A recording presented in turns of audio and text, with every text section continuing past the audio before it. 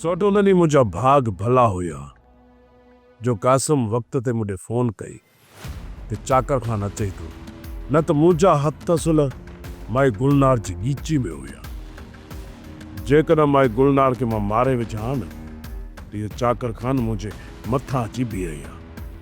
इन जे करे त मां पंहिंजे भाउ कासिम खे दरवाज़े ते बीहारींदो। हाणे कहिड़ी बि सूरत में चाकर खान खे मरणो पवंदो। जे चाकर खान खे असां न मारियोसीं न त सिको सम्झ चाकर खान असांखे लामारो ॾेखंदो। सोट मां त चवां थो त चाकर खान खे मारण खां बहितर अथई त हिन माई गुलनार जो ई बुंड पट। माई हिते हूंदी न त असांजे लाइ ख़तरो थींदो, न माई हूंदी न ख़तरो थींदो। सोट माई गुलनार जी ॻाल्हि नाहे, सांवल जे मथां चाकर खान जो हिनमहिल घणो एतबार आहे। सम्झ जीअं सांवल खान चाकर खान खे पंहिंजी मुठीअ में करे वियो न असांजे ख़िलाफ़, त पोइ चाकर खान असांखे कोन पखींदो। इहो ॿुधी छॾ।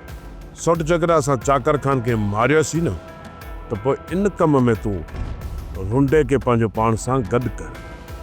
फासियासीं त सभई गॾिजी फासंदासीं।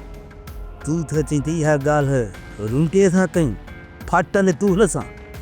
अड़े चरिया जे इन सां ॻाल्हि कईसीं न, इहा सॼी ॻाल्हि वञी चाकर खान खे ॿुधाईंदो। पोइ चाकर खान जे अॻियां सुरखुरू थींदो, थोपजी ईंदो, साफ़ थींदो, ऐं रावल खान वारो मसइलो असांजी गिची में पवंदी। सही त चई सोट, त पोइ इहो कमु सिर्फ़ु ऐं सिर्फ़ु असांखे करिणो पवंदो।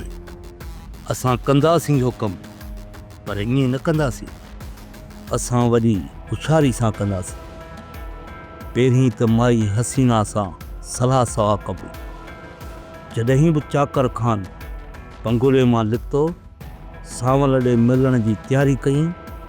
उन खां बाद में चाकर खान खे लटाइबो।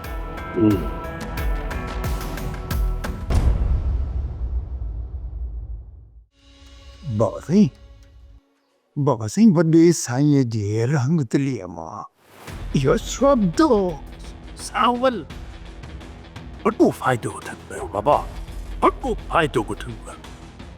बाबा साईं एतिरो त रंगतल पावी हो जॾहिं मांगर मछ जे ॻोढ़नि खे सुञाणे न सघे। उन ॾींहं खां वठी मूंसां चप पइजी वियो जॾहिं मूं हुन सां रिश्ते जो इनकार करे छॾियो। ठीकु आहे रुंडा, हाणे तोखे इजाज़त आहे। बाबा जेकॾहिं अञा कुझु पुछिणो हुजे त मां हाज़िर आहियां। ज़रूरु पुछ बोका, पर अञा वो वक़्तु नाहे आयो। वक़्तु अचण ॾे। हिन मां त हथीका थी वियासीं। सुक बिलो काठनी साईं, न ॼाण त अञा केतिरा मूंखे कूड़ हणा पवंदा।